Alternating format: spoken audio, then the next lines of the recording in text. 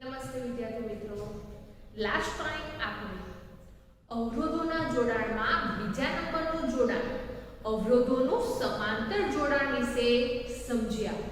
હવે વિદ્યાર્થી મિત્રો, આ જે પણ અવરોધો સમાંતર રીતે જોડાયેલા હોય ત્યારે તે અવરોધનો સમતુલ્ય અવરોધ કેવી રીતે શોધવામાં આવે છે અથવા તો તે વિદ્યુત પરિપથમાંથી પસાર થતો વિદ્યુત પ્રવાહ કેવી રીતે શોધવામાં આવે છે અને તેવી જ રીતે બે બિંદુઓ વચ્ચે ઉત્પન્ન થતો વિદ્યુત સ્થિતિમાનનો તફાવત કેવી રીતે શોધવામાં આવે છે તે માટે જોઈએ આપણે કેટલાક ઉદાહરણોના દાખલા.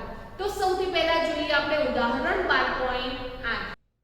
તો ઉદાહરણ 12.8 આકૃતિ 12.10 માં દર્શાવેલ પરિપથમાં ધારો કે અવરોધો R1, R2 અને R3 ના મૂલ્યો અનુક્રમે 5 ઓહ્મ, 10 ઓહ્મ અને 30 ઓહ્મ છે. તેને 12 વોલ્ટની બેટરી સાથે જોડેલ છે. A. દરેક અવરોધમાંથી પસાર થતો વિદ્યુત પ્રવાહ. B. પરિપથનો કુલ વિદ્યુત પ્રવાહ અને C. પરિપથનો કુલ અવરોધ ગણો. એટલે કે આ 12.8 ઉદાહરણમાં જે પણ આકૃતિ છે, આ આકૃતિ 12.10 છે.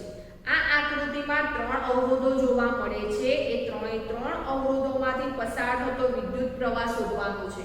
એટલે કે R1 અવરોધમાંથી પસાર થતો I1 વિદ્યુત પ્રવાહ, R2 માંથી પસાર થતો I2 વિદ્યુત પ્રવાહ અને તેવી જ રીતે R3 માંથી પસાર થતો I3 વિદ્યુત પ્રવાહ શોધવાનો છે.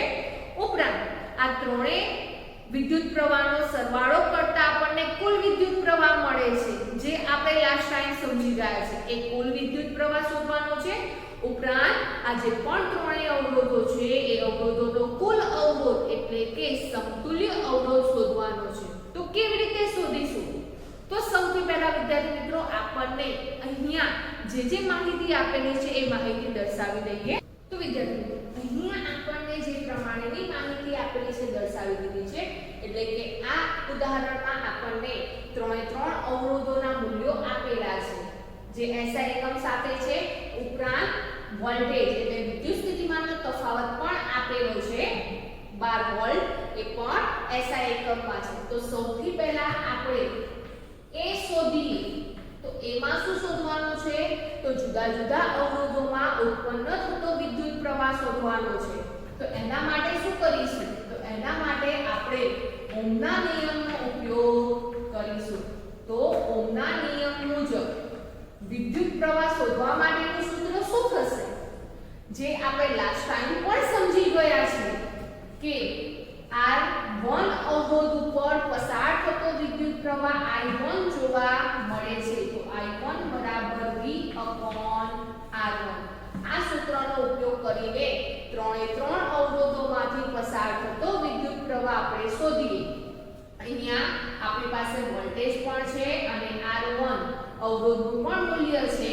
તો મૂલ્ય મૂકી દઈએ તો મૂલ્ય આપણને 12/5 જોવા મળે છે. હવે સાદુરૂપ આપીએ તો શું જવાબ મળશે? તો 2.4 એમ્પિયર જેટલો વિદ્યુત પ્રવાહ R1 માંથી પસાર થતો જોવા મળે છે. એવી રીતે આપણે I2 શોધીએ. I2 પણ ઓહ્મના નિયમ પ્રમાણે શોધવાનું છે. અહીંયા R1 છે, R1 ની જગ્યાએ I2 પ્રવાહ શોધવા માટે R2 લેવાનો છે. તો શું કરીશું? I2 બરાબર કિંમત આપણને આપેલી છે. તો જવાબ શું મળશે? તો સાદુરૂપ આપીએ તો 1.2 એમ્પિયર મળે છે. અને તેવી જ રીતે હવે ત્રીજા અવરોધમાંથી પસાર થતો વિદ્યુત પ્રવાહ I3 શોધીએ આ સૂત્રની મદદથી. અને એ સૂત્રમાં કિંમત મૂકીએ તો જવાબ શું મળશે? તો 12/30 શું મળશે? તો 0.4 એમ્પિયર જોવા મળે છે. તો એમાં આપણે ત્રણ અવરોધોમાંથી પસાર થતા વિદ્યુત પ્રવાહના મૂલ્ય શોધી દીધા છે. હવે B માં શું શોધવાનું કીધું છે? તો B માં કુલ વિદ્યુત પ્રવાહ શોધવાનું કીધું છે. એટલે કે કુલ વિદ્યુત પ્રવાહ I શોધવાનો કીધો છે. તો I કેવી રીતે શોધીશું? તો લાસ્ટ ટાઈમ આપણે અવરોધોના સમાંતર જોડાણમાં સમજી ગયા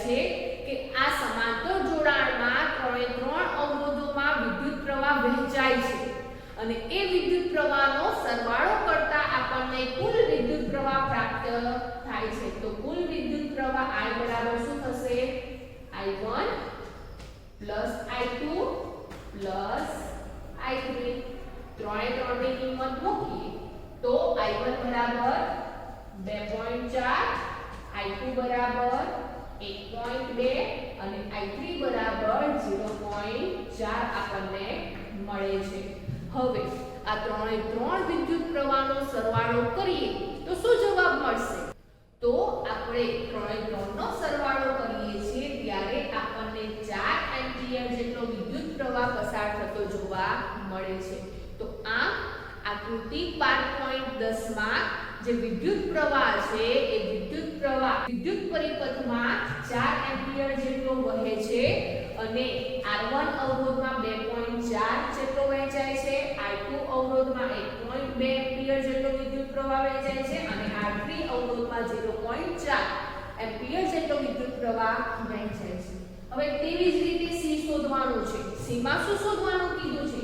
તો C માં આપણને કુલ અવરોધ શોધવાનો કીધું છે.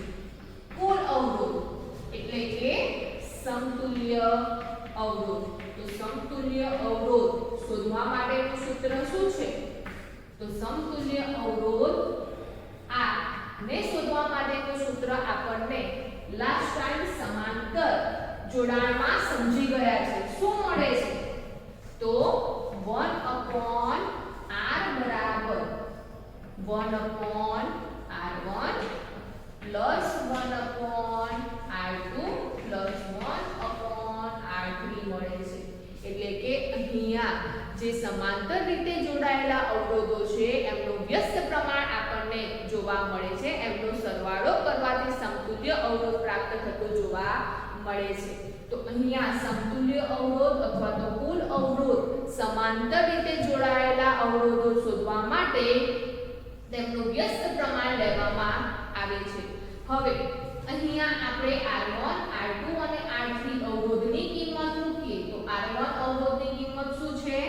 5 ઓહ્મ, R2 ની 10 ઓહ્મ અને એવી રીતે R3 ની 30 ઓહ્મ.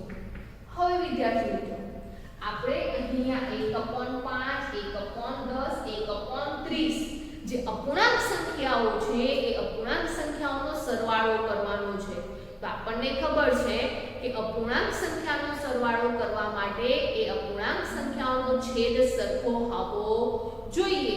તો છેદ અહીંયા સરખો નથી તો શું કરીશું? તો છેદ સરખો કરવા માટે આપણે લસા લઈશું અને લસા શું મળશે આપણને? તો આપણે 5, 10 અને 30 નો લસા લઈએ તો લસા આપણને શું મળશે? 30 મળે છે. હવે વિદ્યાર્થી મિત્રો અહીંયા છેદમાં 5 છે તો 5 ની જગ્યાએ આપણે 30 લાવવા છે તો શું કરીશું? તો 5 ને કઈ સંખ્યા વડે ગુણાકાર કરીએ તો 30 જવાબ મળે છે? તો 5 ને 6 વડે ગુણાકાર કરીએ તો 30 જવાબ મળે છે. તો આ જે 6 છે એ 6 સંખ્યાનો ગુણાકાર અંશ અને છેદ બંને સાથે કરવામાં આવે છે. તો 6 × 6 = 6 × 30.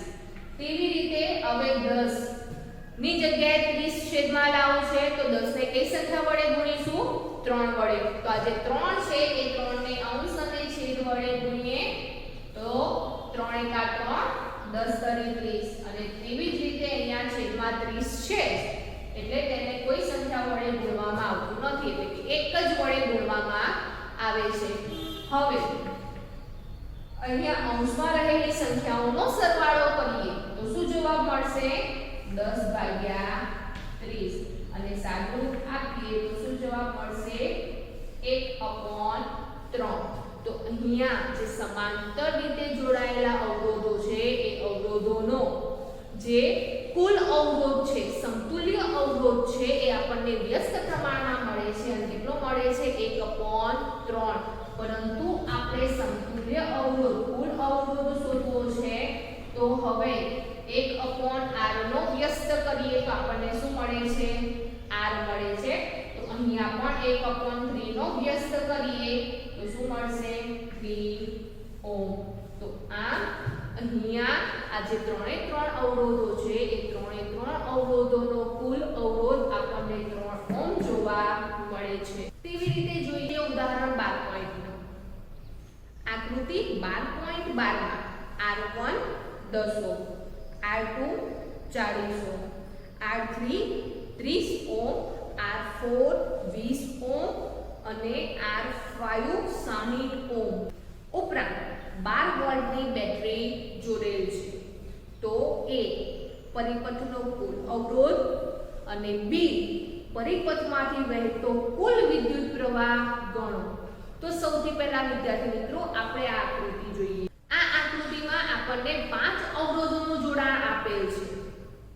હવે આ જે 5 અવરોધ છે એ 5 અવરોધ એકબીજાને કેવી રીતે જોડાયેલા છે તે આપણે સૌથી પહેલા નક્કી કરવું પડે. તો જો વિદ્યાર્થી મિત્રો અહીંયા સૌથી પહેલા આપણે R1 અને R2 અવરોધોની વાત કરીએ તો R1 અને R2 અવરોધો કેવી રીતે જોડાયેલા છે? તો R1 અને R2 અવરોધ સમાંતર રીતે જોડાયેલા છે. તેવી જ રીતે હવે R3, R4 અને R5 અવરોધની વાત કરીએ તો એ ત્રણે અવરોધો પણ કેવી રીતે જોડાયેલા છે? એકબીજાને સમાંતર રીતે જોડાયેલા છે. તો વિદ્યાર્થી મિત્રો સૌથી પહેલા આપણે શું કરીશું? તો સૌથી પહેલા અહીંયા આકૃતિમાં R1 R2 બંને એકબીજાને સમાંતર જોડાયેલા છે. ઉપરાંત R3 R4 અને R5 અવરોધ એ ત્રણ એકબીજાને સમાંતર રીતે જોડાયેલા છે. તો સૌથી પહેલા R1 અને R2 અવરોધનું સમતુલ્ય અવરોધ શોધીશું. ત્યારબાદ R3 R4 અને R5 અવરોધોનું સમતુલ્ય અવરોધ શોધીશું. ત્યાર પછી કુલ અવરોધ કેવી રીતે શોધવો તે આપણે જોઈએ. તો સૌથી પહેલા અહીંયા આપણને જે વસ્તુ આપેલી છે એ વસ્તુ દર્શાવી દઈએ. તો વિદ્યાર્થી મિત્રો સૌથી પહેલા આપણે શોધીએ R1 અને R2 અવરોધો સમાંતર રીતે જોડાયેલા હોવાથી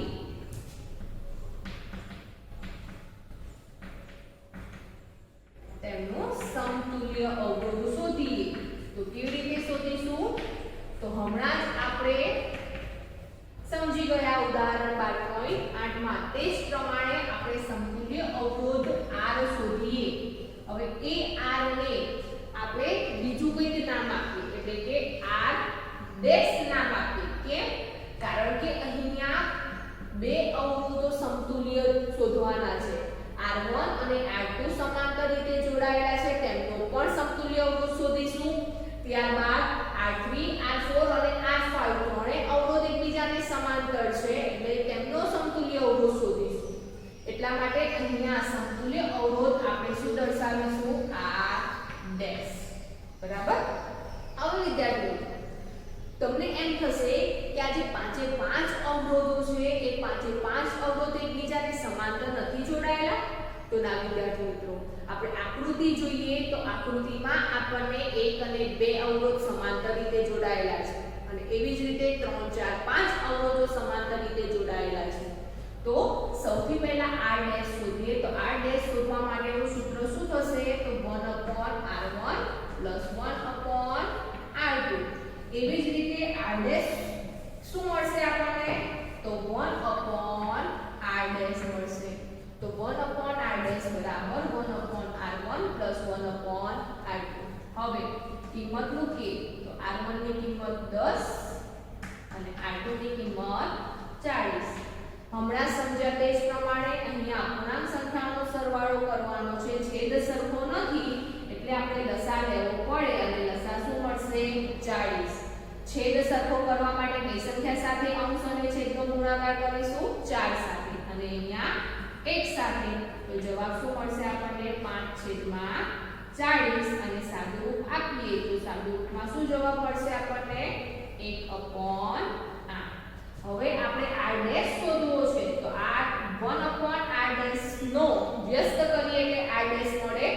એવી જ રીતે 1/8 નો વ્યસ્ત કરીએ તો 8 ઓહ્મ આપણને મળે છે. હવે તેવી જ રીતે બીજા નંબરે શું કરીશું? તો 3 4 5 અવરોધોનો સમતુલ્ય અવરોધ શોધીએ.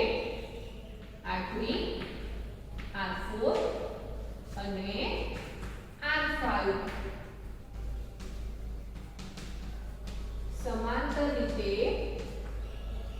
જોડાયેલા હોવાથી તેમનો સમતુલ્ય અવરોધ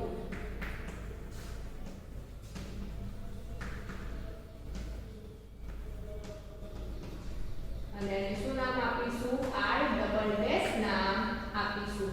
તો હવે R ડબલ ડેશ શોધીએ તો એ શોધવા માટેનું સૂત્ર શું થશે? તો સમાંતર રીતે જોડાયેલા છે તો શું કરીશું આપણે? 1/r double dash plus 1/1/r3 plus 1/r4 plus 1/r5. હવે બીજા નંબરે શું કરીએ છીએ? તો બીજા નંબરે જે અવરોધ 3 4 5 એકબીજાને સમાંતર રીતે જોડાયેલા છે તેમનો સમતુલ્ય અવરોધ R ડબલ ડેશ શોધીએ. હવે આ સૂત્રમાં કિંમત મૂકી દઈએ તો R3 આપણને કેટલો આપેલો છે? 30. R4 આપણને કેટલો આપેલો છે? 20 અને R5 કેટલો આપેલો છે? 60. હવે ફરી અપૂર્ણાંક સંખ્યા છે, અપૂર્ણાંક સંખ્યાનો સરવાળો કરવાનો છે. છેદ કેવા જોવા મળે છે? જુદા જુદા. તો શું કરવું પડશે? લસા લેવો પડશે. અને લસા શું મળશે અહીંયા? તો લસા આપણને 60 મળે છે. હવે છેદમાં 60 લાવવા માટે કઈ સંખ્યા વડે ગુણાકાર કરીશું? અંશ અને છેદનો. તો 2 વડે. એવી રીતે અહીંયા 20 છે, 20 ની જગ્યાએ 60 કરવા માટે કઈ સંખ્યા વડે ગુણાકાર કરીશું? તો 3 વડે અંશ અને છેદ બંનેનો ગુણાકાર કરીએ અને એવી જ રીતે 60 છે એટલે 1 વડે તેનો ગુણાકાર કરવામાં આવે છે. હવે અંશમાં રહેલી સંખ્યાઓનો સરવાળો કરીએ તો શું મળશે? 6 અને 6 ભાગ્યા 60 કરીશું તો શું જવાબ મળશે?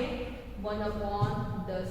પરંતુ આપણે શું શોધવાનું છે? સમતુલ્ય અવરોધ R ડબલ ડેશ શોધવાનો છે. તો 1/r ડબલ ડેશ નો વ્યસ્ત કરીએ ત્યારે R ડબલ ડેશ મળે. તેવી જ રીતે આપણે 1/10 નો વ્યસ્ત કરીએ ત્યારે આપણને 10 ઓહ્મ જવાબ મળે છે.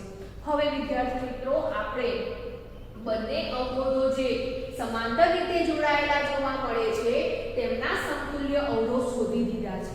હવે શું કરીશું? તો વિદ્યાર્થી મિત્રો હવે આ પરિપથનો કુલ સમતુલ્ય અવરોધ શોધવાનો છે, એટલે કે કુલ અવરોધ શોધવાનો છે. કેવી રીતે શોધીશું? તો વિદ્યાર્થી મિત્રો સૌથી પહેલા તો આપણે આ આકૃતિ ફરીથી સમજીએ. તો વિદ્યાર્થી મિત્રો આ આકૃતિમાં આપણે જે R1 અને R2 સમાંતર રીતે જોડાયેલા છે એમની જગ્યાએ આપણે સમતુલ્ય અવરોધનું જોડાણ કરીએ. તો સમતુલ્ય અવરોધનું જોડાણ કરીએ એ સમતુલ્ય અવરોધ કયો થશે? R dash. તેવી જ રીતે હવે R3, R4 અને R5 અવરોધ છે તેમની જગ્યાએ સમતુલ્ય અવરોધ R ડબલ ડેશ નું જોડાણ કરીએ તો એ આપણને આ પ્રમાણે મળશે. તો જ્યારે R1, R2 નો સમતુલ્ય અવરોધ તેવી જ રીતે R3, R4 અને R5 નો સમતુલ્ય અવરોધ નું જોડાણ તે જ પરિપથમાં કરીએ છીએ ત્યારે આપણને એક પરિપથ આ પ્રમાણેનો જોવા મળે છે જેમાં બે અવરોધ જોવા મળે છે R ડેશ અને R ડબલ ડેશ. હવે આ બંને અવરોધો એકબીજાને કેવી રીતે જોડાયેલા છે તે કેવી રીતે નક્કી કરીશું? તો વિદ્યાર્થી મિત્રો અહીંયા આ જે પરિપથ છે એ પરિપથમાંથી એ જે પણ તાર છે એ વાહક તારને કોઈ છેડાએથી આપણે જુદો કરી દઈએ અને જુદો કરીને તેને શું કરીશું? તો એ જે પણ પરિપથ છે એ પરિપથને આપણે એક છેડાએથી જુદો કરી દીધો છે. એટલે કે જે વાહક તાર છે વાહક તારને એક છેડાએથી આપણે એમને ધારો કે માની લઈએ છીએ કે જુદો કર્યો છે અને જુદો કર્યા પછી તેને આપણે લંબાવીએ તો એ વાહક તારને આપણે સીધો કરીએ તો આપણને R ડેશ અવરોધ a metre, R double dash અવરોધ, કડ અને જે બેટરી છે એ બેટરીનું જોડાણ એકબીજાની સાથે થયેલું હોય તેવું જોવા મળશે.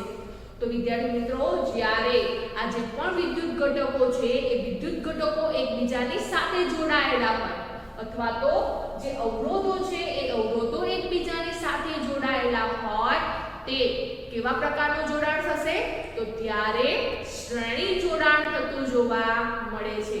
તો હવે જ્યારે જે વિદ્યુત પરિપથમાં આપણે સમતુલ્ય અવરોધનું જોડાણ કરીએ છીએ ત્યારે એ જે પણ સમતુલ્ય અવરોધ છે એ સમતુલ્ય અવરોધો એકબીજાને શ્રેણી જોડાણ જોડાયેલા છે તેમ કહી શકાય. તો હવે આપણે કુલ અવરોધ શોધવો છે. તો કુલ અવરોધ કેવી રીતે શોધીશું? તો કુલ અવરોધ R શોધવા માટે હવે શું કરીશું? તો જે R' અવરોધ છે અને R" અવરોધ છે એ શ્રેણીમાં જોડાયેલા હોવાથી તેમનો સરવાળો કરીએ તો કુલ અવરોધ આપણને મળે. તો વિદ્યાર્થી મિત્રો, R' આપણને કેટલો મળ્યો છે? તો 8 અને R" આપણને 10 મળે છે. સરવાળો કરીએ તો શું મળશે? તો કુલ અવરોધ આપણને 18 ઓહ્મ જેટલો જોવા મળે છે. તો જ્યારે પણ આપણને ફક્ત આકૃતિ આપેલી હોય ત્યારે સૌથી પહેલા એ અવરોધોનું જોડાણ કેવી રીતે થયેલું છે તે નક્કી કરવામાં આવે છે અને તે નક્કી કર્યા પછી એનો સમતુલ્ય અવરોધ શોધવામાં આવે છે.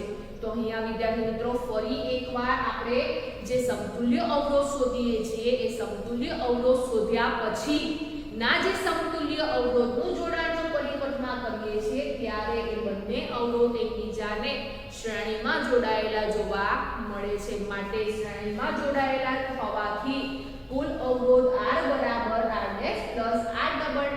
નો સરવાળો કરીએ ત્યારે આપણને કુલ પરિપથનો અવરોધ એટલે કે સમતુલ્ય અવરોધ આપણને 18 ઓહ્મ જેટલો પ્રાપ્ત થતો જોવા મળે છે. અને તેવી જ રીતે હવે શું શોધવાનું કીધું છે?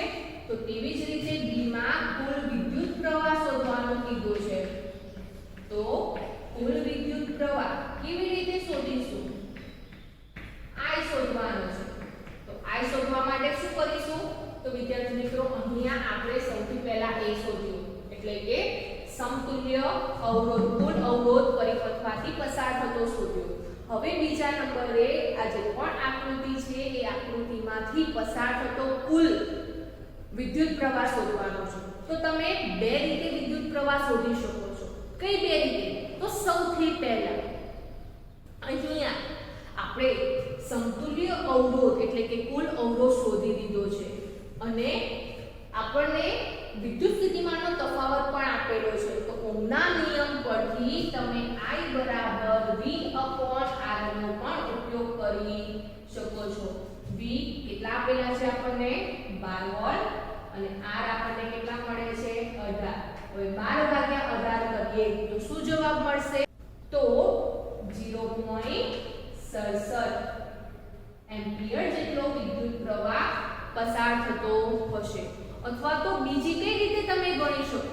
તો વિદ્યાર્થી મિત્રો, બીજી રીતમાં તમે અહીંયા આપણને R1 R2 R3 R4 R5 આપેલું છે.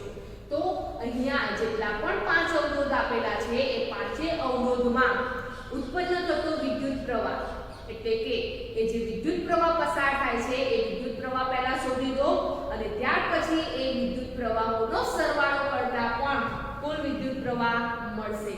ઉદાહરણ 12.8 માં આપણે કર્યું હતું તે જ પ્રમાણે પણ અહીંયા કુલ વિદ્યુત પ્રવાહ આપણે તે પ્રમાણે શોધી શકીએ છીએ.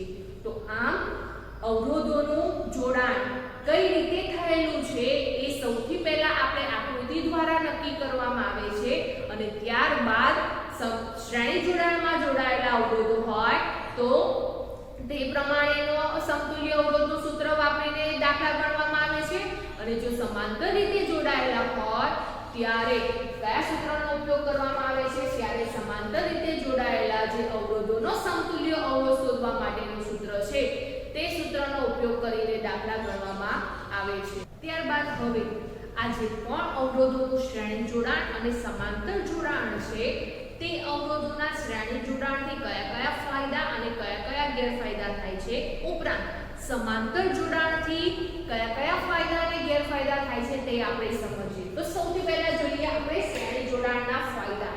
તો શ્રેણી જોડાણથી કયા કયા ફાયદા થઈ શકે છે? તો વિદ્યાર્થી મિત્રો, આ જે પણ અવરોધોનું શ્રેણી જોડાણ કરવામાં આવે છે ત્યારે જે તે પરિપથ છે એ પરિપથમાં અવરોધોને વધારી શકાય છે. તો પરિપથનો જે પણ કુલ અવરોધ છે એ કુલ અવરોધને વધારી શકાય છે. તો જ્યારે શ્રેણી જોડાણમાં અવરોધોને વધારવામાં આવે છે ત્યારે પરિપથનો જે કુલ વિદ્યુત પ્રવાહ છે એ કુલ વિદ્યુત પ્રવાહ શું થાય છે? તો કુલ વિદ્યુત પ્રવાહ ઘટાડી શકાય છે. તો આ જે પણ પરિપથમાં એટલે કે જે તે પરિપથમાં શ્રેણી જોડાણમાં જો અવરોધોનું જોડાણ કરવામાં આવે છે ત્યારે એમનો જે કુલ અવરોધ છે એ કુલ અવરોધ વધારવામાં આવે છે ત્યારે તે પરિપથમાં વહેતો જે વિદ્યુત પ્રવાહ છે એ વિદ્યુત પ્રવાહને ઘટાડી શકાય છે. એટલે કે શ્રેણી જોડાણમાં જે પણ વિદ્યુત પ્રવાહ છે એ વિદ્યુત પ્રવાહનું નિયંત્રણ કરી શકાય છે. તો વિદ્યુત પ્રવાહનું નિયંત્રણ શ્રેણી જોડાણમાં રહેલા જે પણ અવરોધો છે એ અવરોધો દ્વારા કરી શકાય છે. તો આમ વિદ્યુત પરિપથમાં વિદ્યુત પ્રવાહનું નિયંત્રણ કરવા માટે અવરોધોનું શ્રેણી જોડાણ ઉપયોગી છે. ત્યારબાદ આ જે પણ ઉપકરણો છે એ ઉપકરણો આપણા ઘરમાં જે તે ઉપકરણો છે એ ઉપકરણોની સાથે ફ્યુઝ નું જોડાણ શ્રેણીમાં કરવામાં આવે છે. એટલે કે આપણા ઘરમાં જેટલા પણ વિદ્યુતથી ચાલતા ઉપકરણો છે એ બધા જ ઉપકરણોનું જોડાણ ફ્યુઝની સાથે શ્રેણીમાં કરવામાં આવે છે. અને જ્યારે એ વિદ્યુત પરિપથમાં જો શોર્ટ સર્કિટ થાય છે ત્યારે જે ફ્યુઝ છે એ ફ્યુઝનો તાર પીગળી જાય છે. અને ફ્યુઝનો તાર પીગળી જવાને કારણે એ જે પણ વિદ્યુત પરિપથ છે એ વિદ્યુત પરિપથમાં વહેતો વિદ્યુત પ્રવાહ બંધ થઈ જાય છે. જેને કારણે જે તે ઉપકરણો ચાલુ થઈ શકતા નથી. જેથી કરીને એ વિદ્યુત પરિપથમાં શોર્ટ સર્કિટ વધારે થવાનો ભય રહેતો નથી. તો વિદ્યાર્થીઓ, આ જે પણ વિદ્યુત ઉપકરણો છે એ વિદ્યુત ઉપકરણોનું વિદ્યુત જોડાણ આપણા ઘરમાં કેવી રીતે થયેલું જોવા મળે છે? તો આપણા ઘરમાં જે એસી છે એ એસી નું જોડાણ જે મેઇન સ્વિચ છે એ મેઇન સ્વિચ સુધી શ્રેણીમાં થયેલું જોવા મળે છે. તેવી જ રીતે બાકીના જે વિદ્યુત ઉપકરણો છે એ બાકીના વિદ્યુત ઉપકરણોનું જોડાણ ફ્યુઝ સાથે પણ શ્રેણીમાં થયેલું છે. હવે જ્યારે ઘરમાં કોઈ વિદ્યુત પરિપથમાં શોર્ટ સર્કિટ થાય છે ત્યારે તરત જ ફ્યુઝનો તાર પીગળી જાય છે. અને ફ્યુઝનો તાર પીગળી જવાને કારણે એ વિદ્યુત પરિપથમાં વિદ્યુત પ્રવાહ વહેવાનો બંધ થઈ જાય છે. જેને કારણે જે તે ઉપકરણ છે એ ઉપકરણને નુકસાન થતું નથી. તો આમ વિદ્યુત પરિપથમાં જે પણ ઉપકરણો છે એ ઉપકરણોને નુકસાન થતું અટકાવવા માટે જે ફ્યુઝ છે અથવા તો જે મેઇન સ્વિચ છે એ મેઇન સ્વિચ નું જોડાણ બાકીના જે વિદ્યુત ઉપકરણો છે એ વિદ્યુત ઉપકરણો સાથે શ્રેણીમાં કરવામાં આવે છે. આવી જ રીતે વિદ્યાર્થી મિત્રો, તમે એવું જોયું હશે કે કોઈક વખત તમારા ઘરમાં આપેલી જે મેઇન સ્વિચ હોય છે એ મેઇન સ્વિચ આપોઆપ બંધ થઈ ગઈ હશે. આવું શા માટે થાય છે? તો વિદ્યાર્થી મિત્રો, કોઈ પણ વિદ્યુત પરિપથમાં આવો વિદ્યુત પ્રવાહ વધારે પ્રમાણમાં વહેવાને કારણે શોર્ટ સર્કિટ થવાને કારણે કોઈ કારણોસર વિદ્યુત પ્રવાહ વધી જાય છે. અને વિદ્યુત પ્રવાહ વધી જવાને કારણે શું થાય છે? એ જે પણ મેઇન સ્વિચ છે એ મેઇન સ્વિચ ઓટોમેટિક બંધ થઈ જાય છે. જેથી કરીને એ વિદ્યુત પરિપથની સાથે જે જોડાયેલા ઉપકરણો છે એ ઉપકરણોને કોઈ પ્રકારનું નુકસાન થતું નથી અને એમાંથી વહેતો જે વિદ્યુત પ્રવાહ છે એ વિદ્યુત પ્રવાહ બંધ થઈ જાય છે. તો આ વિદ્યુત પરિપથમાં જે પણ વિદ્યુત ઉપકરણો છે એ વિદ્યુત ઉપકરણોને મેઇન સ્વિચ અથવા તો ફ્યુઝ સાથે શ્રેણીમાં જોડવામાં આવે છે. ત્યારબાદ વિદ્યાર્થી મિત્રો, તેના ગેરફાયદા વિચારીએ તો શ્રેણીમાં જોડાયેલા અવરોધોનો શું ગેરફાયદા છે? તો વિદ્યાર્થી મિત્રો, હવે આપણે શ્રેણી જોડાણના ગેરફાયદા જોઈએ. તો આ જે પણ વિદ્યુત ઉપકરણો છે, એટલે કે આપણા ઘરમાં જોવા મળતા જેટલા પણ વિદ્યુત ઉપકરણો છે એ વિદ્યુત ઉપકરણોને જો એકબીજા સાથે શ્રેણીમાં જોડવામાં આવે તો એ ઉપકરણોમાં જે કુલ વોલ્ટેજ છે એટલે કે વિદ્યુત સ્થિતિમાનનો તફાવત છે એ વિદ્યુત સ્થિતિમાનનો તફાવત કેવો થાય છે? વહેંચાઈ જાય છે, જેથી કરીને એ જે તે ઉપકરણ છે એ ઉપકરણની જે કાર્ય કરવાની ક્ષમતા છે એ ઓછી થતી જોવા મળે છે. ઉદાહરણ તરીકે આપણા ઘરમાં એક વિદ્યુત પરિપથ છે, એ વિદ્યુત પરિપથમાં 240 વોલ્ટ ધરાવતો આપણે 240 વોલ્ટ ધરાવતા 3 બલ્બનું જોડાણ શ્રેણીમાં કરીએ છીએ. હવે જ્યારે પણ આપણે સ્વિચ ચાલુ કરીએ છીએ ત્યારે આ 3 બલ્બ ચાલુ થાય છે, પરંતુ 3 બલ્બમાં 80 વોલ્ટ જેટલો વિદ્યુત સ્થિતિમાનનો તફાવત જોવા મળે છે, એટલે કે 3 બલ્બમાં 80 વોલ્ટ ઉત્પન્ન થતો જોવા મળે છે, જેથી કરીને એ જે પણ વિદ્યુત બલ્બ છે એ ઝાંખા પ્રકાશિત થતા જોવા મળે છે. તો વિદ્યાર્થી મિત્રો, ઘરમાં જોવા મળતા જે પણ વિદ્યુત ઉપકરણો છે એ વિદ્યુત ઉપકરણોને જો એકબીજા સાથે શ્રેણીમાં જોડવામાં આવે છે તો જે તે ઉપકરણ છે એ ઉપકરણમાં કુલ વોલ્ટેજ વહેંચાઈ જાય છે, અને વહેંચાઈ જવાને કારણે શું થાય છે? તેમનું જે પણ કાર્યક્ષમતા છે એ કાર્યક્ષમતા શું થશે? ઘટી જાય છે. પરંતુ આ ઉપકરણોની સાથે મેઇન સ્વિચ અને ફ્યુઝને શ્રેણીમાં જોડવામાં આવે છે. જો વિદ્યાર્થી મિત્રો, આપણા ઘરમાં રહેલા જેટલા પણ વિદ્યુત ઉપકરણો છે એ વિદ્યુત ઉપકરણોને શ્રેણીમાં જોડવામાં આવતા નથી, પરંતુ એ ઉપકરણોની જે મેઇન સ્વિચ છે અથવા તો જે ફ્યુઝ છે એનું જોડાણ શ્રેણીમાં થયેલું જોવા મળે છે. ત્યારબાદ આ જે પણ શ્રેણીમાં જોડાયેલા ઉપકરણો છે એ શ્રેણીમાં જોડાયેલા ઉપકરણોમાંથી કોઈ એક ઉપકરણ બંધ થઈ જાય છે અથવા તો તેના પરિપથમાં કોઈ ભંગાણ થાય છે તો તેની સાથે રહેલા બાકીના જે ઉપકરણો છે એ ઉપકરણો બંધ થઈ જાય છે, એટલે કે તેની આગળ વિદ્યુત પ્રવાહ વહેતો નથી. વિદ્યુત પ્રવાહનું વહન બંધ થઈ જાય છે, અને બંધ થઈ જવાને કારણે બાકીના જે ઉપકરણો તેની સાથે શ્રેણીમાં જોડાયેલા છે તે પણ શું થઈ જાય છે? કામ કરતા બંધ થઈ જાય છે. ઉદાહરણ તરીકે આપણે હમણાં સમજ્યા તે જ પ્રમાણે કે 240 વોલ્ટ ધરાવતા આપણે 3 બલ્બનું જોડાણ શ્રેણીમાં કરેલું છે, એટલે કે જે વિદ્યુત પરિપથ છે એ વિદ્યુત પરિપથમાં આપણે 3 બલ્બનું જોડાણ એકબીજાને કરેલું છે. હવે આ જે પણ બલ્બ છે એ બલ્બમાં જો આ પ્રથમ નંબરનો બલ્બ છે એ બલ્બ બગડી ગયો છે અથવા તો તેના પરિપથમાં કોઈ ભંગાણ થાય છે તો શું થશે? અહીંયાથી વહેતો જે વિદ્યુત પ્રવાહ છે એ વિદ્યુત પ્રવાહ શું થાય છે? અટકી જાય છે, અને અટકી જવાને કારણે બાકીના બે ઉપકરણ, બાકીના બે બલ્બ ચાલુ થતા નથી. તેવી રીતે જો અહીંયા આ બલ્બ બગડી જશે તો અહીંયા આ બલ્બ તો ચાલુ થાય છે, પરંતુ આ બલ્બ બગડી જવાને કારણે બીજો જે બલ્બ છે એ બલ્બ ચાલુ થતો નથી. તો આમ શ્રેણી જોડાણમાં જોવા મળતા ફાયદા જોઈએ તો અવરોધોને વધારીને વિદ્યુત પ્રવાહનું નિયંત્રણ કરી શકાય છે. ઉપરાંત ઘરોમાં જોવા મળતા જે વિદ્યુત પરિપથો છે એટલે કે જે વિદ્યુત ઉપકરણો છે તેમનું મેઇન સ્વિચ અને ફ્યુઝ સાથે શ્રેણીમાં જોડાણ કરવાથી શું થાય છે? ઉપકરણોને નુકસાન થતું અટકાવી શકાય છે. પરંતુ એક કરતાં વધારે ઉપકરણોને જો શ્રેણીમાં જોડવામાં આવે છે તો શું થશે? તો વોલ્ટેજ વહેંચવાને કારણે તેમની કાર્યક્ષમતા ઘટી જાય છે. ઉપરાંત એક ઉપકરણ બંધ થાય તો બાકીના ઉપકરણો પણ શ્રેણીમાં જોડાયેલા હોય તો કામ કરતા બંધ થઈ જાય છે.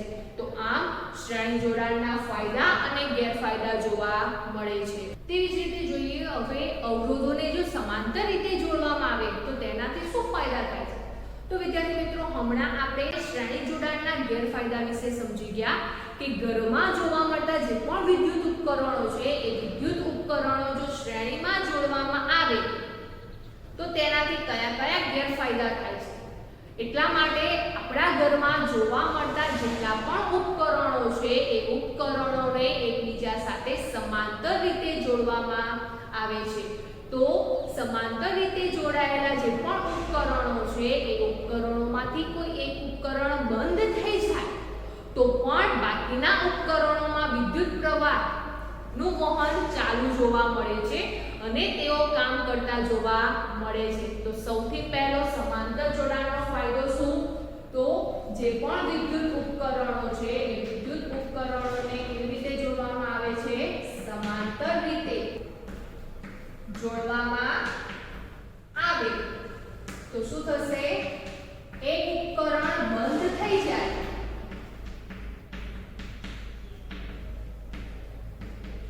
તો પણ બાકીના ઉપકરણો વિદ્યુત પ્રવાહ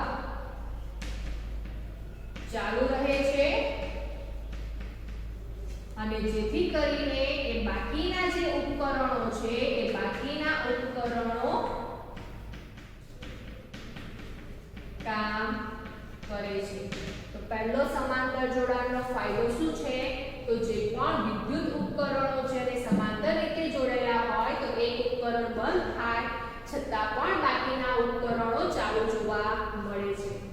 ઉદાહરણ તરીકે આપણા ઘરમાં જે 3 બલ્બ છે એ ત્રણેય બલ્બને એકબીજા સાથે સમાંતર રીતે જોડવામાં આવેલા હોય તો 3 બલ્બ છે એ 3 બલ્બનું જોડાણ એકબીજા સાથે સમાંતર રીતે કરવામાં આવેલું હોય તો શું થશે? 3 માંથી એક બલ્બ બંધ થઈ ગયો હશે. 3 માંથી કોઈ એક બલ્બ બંધ થઈ ગયો હશે છતાં પણ બાકીના 2 બલ્બ ચાલુ રહે છે. કેમ? કારણ કે તેમના વિદ્યુત પ્રવાહ વહન કરવા માટેના માર્ગ કેવા છે? જુદા જુદા છે. માટે બાકીના ઉપકરણો ચાલુ જોવા મળે છે. તેવી જ રીતે વિદ્યાર્થી મિત્રો બીજા નંબરનો આપણે ફાયદો જોઈએ તો અવરોધોનો ફાયદો બીજા નંબરે શું થાય છે? તો વિદ્યાર્થી મિત્રો અહીંયા સમાંતર રીતે જોડાયેલા જે પણ અવરોધો છે એ અવરોધોનો જે સમતુલ્ય અવરોધ છે એ સમતુલ્ય અવરોધનું મૂલ્ય કેવું જોવા મળે છે? જે આપણે લાસ્ટ ટાઈમ સમજી ગયા છે. તો સમતુલ્ય અવરોધોનું મૂલ્ય બાકીના જે અવરોધો છે એ બાકીના અવરોધો ના મૂલ્ય કરતા કેવું જોવા મળે છે? ઓછું જોવા મળે છે. એટલે કે જે અવરોધનું મૂલ્ય ઓછું છે તેના કરતા પણ ઓછું મૂલ્ય સમતુલ્ય અવરોધનું જોવા મળે છે જેને કારણે વધુ વિદ્યુત પ્રવાહ મેળવી શકાય છે. તો કોઈ પણ ઉપકરણમાં વધારે વિદ્યુત પ્રવાહ મેળવવો હોય ત્યારે જે તે ઉપકરણ છે તેમને સમાંતર રીતે જોડવામાં આવે છે. કેમ? તો તેમનો જે સમતુલ્ય અવરોધ છે એ સમતુલ્ય અવરોધનું મૂલ્ય બાકીના જે અવરોધો છે તેમાં જેનું મૂલ્ય ઓછું છે તેના કરતાં પણ ઓછું મૂલ્ય જોવા મળે છે જેને કારણે વિદ્યુત પ્રવાહ તે પરિપથમાં આપણે વધારે પ્રમાણમાં મેળવી શકીએ છીએ. પરંતુ વિદ્યાર્થી મિત્રો આ જે પણ સમાંતર જોડાણ છે એ સમાંતર જોડાણનો ગેરફાયદા પણ જોવા મળે છે. શું ગેરફાયદા જોવા મળે છે? તો વિદ્યાર્થી મિત્રો આપણે અહીંયા જોયું કે સમતુલ્ય અવરોધનું મૂલ્ય કેવું છે? તો જે અવરોધનું મૂલ્ય ઓછું છે તેના કરતાં પણ ઓછું છે જેથી કરીને વિદ્યુત પ્રવાહ આપણે વધારે પ્રમાણમાં મેળવી શકીએ છીએ. પરંતુ તે દરમિયાન વિદ્યુત પ્રવાહનું નિયંત્રણ કરી શકતા નથી. તો સૌથી પહેલો ગેરફાયદો શું છે? તો સમતુલ્ય અવરોધનું મૂલ્ય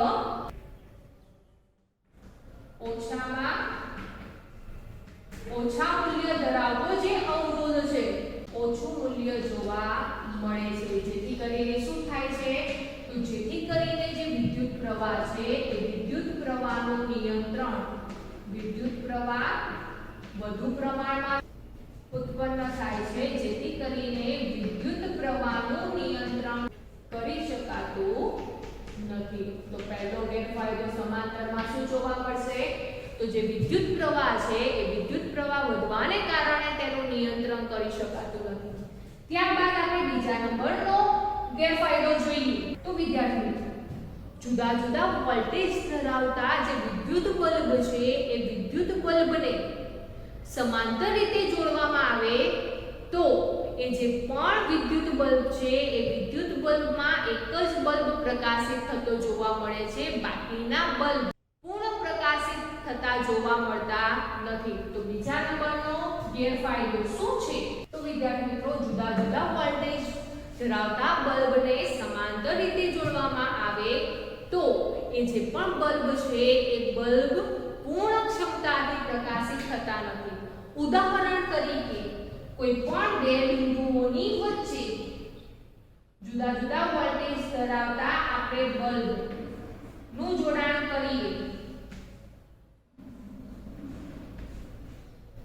પહેલા નંબરનો બલ્બ છે એ 220 વોલ્ટ ધરાવે છે, બીજા નંબરનો બલ્બ છે એ 240 વોલ્ટ ધરાવે છે અને ત્રીજા નંબરનો બલ્બ છે એ 260 વોલ્ટ ધરાવે છે. તો વિદ્યાર્થી મિત્રો, અહીંયા જુદા જુદા વોલ્ટ ધરાવતા જે બલ્બ છે એ બલ્બને બે બિંદુઓ વચ્ચે આપણે સમાંતર રીતે જોડીએ છીએ ત્યારે આ જે પણ ત્રણ બલ્બ છે એ ત્રણ બલ્બમાંથી જે 220 વોલ્ટેજ ધરાવતો જે બલ્બ છે એ જ ફક્ત પૂર્ણ ક્ષમતાથી પ્રકાશિત થતો જોવા મળે છે. બાકીના જે બે બલ્બ છે એ બાકીના બે બલ્બ પૂર્ણ ક્ષમતાથી પ્રકાશિત થતો નથી.